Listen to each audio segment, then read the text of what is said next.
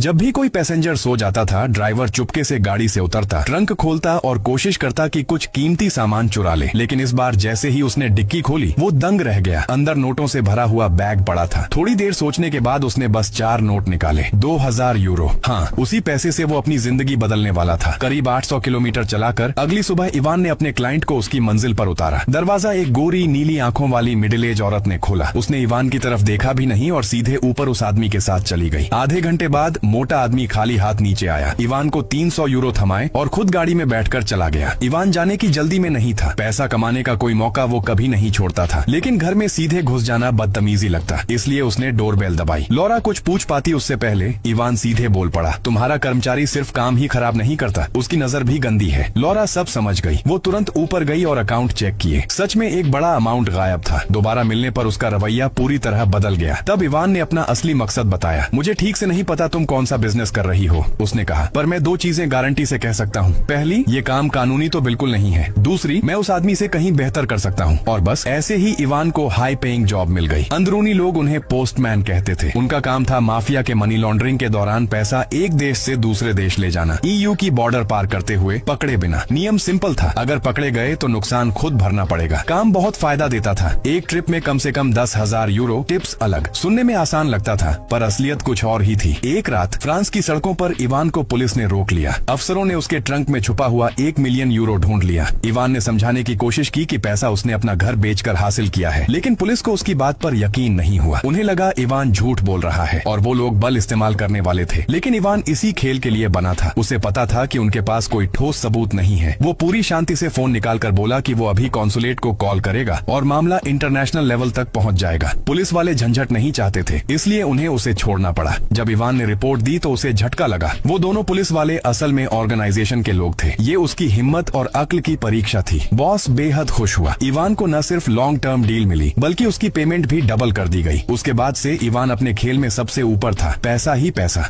और फिर video like करने पर पार्ट 2 मिल जाएगा।